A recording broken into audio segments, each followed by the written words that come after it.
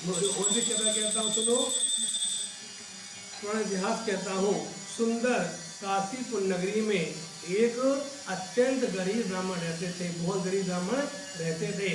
भूख और प्यास से बेचैन हुए रोज नित्य प्रति भीख मांगते फिरते रहते थे। भगवान ठाकुर जी को ब्राह्मण बहुत प्रिय है।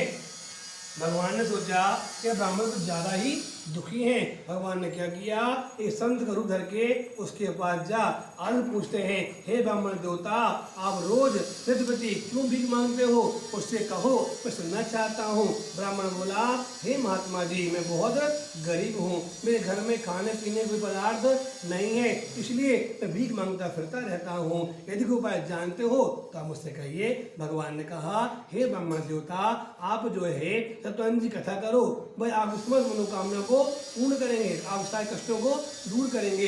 भगवान सारा विधान बतला करके वहीं पर अंतर ध्यान हो जाते हैं। अब उस ब्राह्मण ने मन में संकल्प कर लिया, भगवान गोपाल जी, भगवान ठाकुर जी और सत्य भगवान जी, कल भिक्षा ले जाऊंगा, आपके आशीर्वाद से जो प्रसादी लेकर मैं आऊंगा, कथा आपके अवश्य करूंगा। अब ब्राह्मण को रात भर नींद नहीं आई और प्रातः काल स्नान ध्यान करने के बाद भिक्षा के लिए चल दिया। कहते हैं ना कि जा पे कृपा राम की होई, ता पे कृपा करे सब कोई। तो ठाकुर जी की कृपा होती है तो पराया व्यक्ति भी अपना हो जाता है, और कृपा हटती है तो अपने भी पराय हो जाते हैं। इसी प्रकार से उस ब्राह्मण पर जो है भगवान की कृपा हुई तो उस ब्राह्मण को भिक्षा में बहुत धन पैसा मिला, जिससे उसने परिवार के साथ भगवान के साथ पूजन पाठ किया, व्रत किया, और उसके प्रभाव से कुछ समय के पश्चात वह ब्राह्मण भगवान की कृपा से धनवान हो गया, ऐश्वर्यवान हो गया, पुत्रवान हो गया। और वही ब्राह्मण जो है अब हर महीने अमावस्या या पूर्णमासी को या अच्छे श्रेष्ठ पर्व पर ब्राह्मण कथा करने लगा।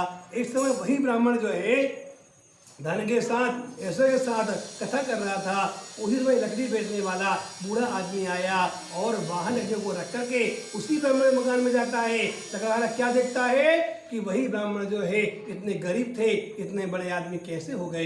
इस भाव से वह लकड़हारा कथा को सुन लगा। कथा होने के बाद, प्रसाद लेने के बाद हाथ जोड़कर पूछता है, हे ब्राह्मण देवता, आप क्या कर रहे थे, किसकी पूजा कर रहे थे, इस पूजा से क्या फल मिलता है, कृपया मुझसे कहेंगे। तो ब्राह्मण ने कहा, यह समस्त मनोकामना को पूरा करने वाला, इच्छित फल देने वाला सत्यनारायण जी कथा का पूजा पाठ किया जा रहा है। आज धन संपत्ति जो तुम देख रहे हो ना, ये सब भगवान के आशीर्वाद से उन सबको प्राप्त हुआ है।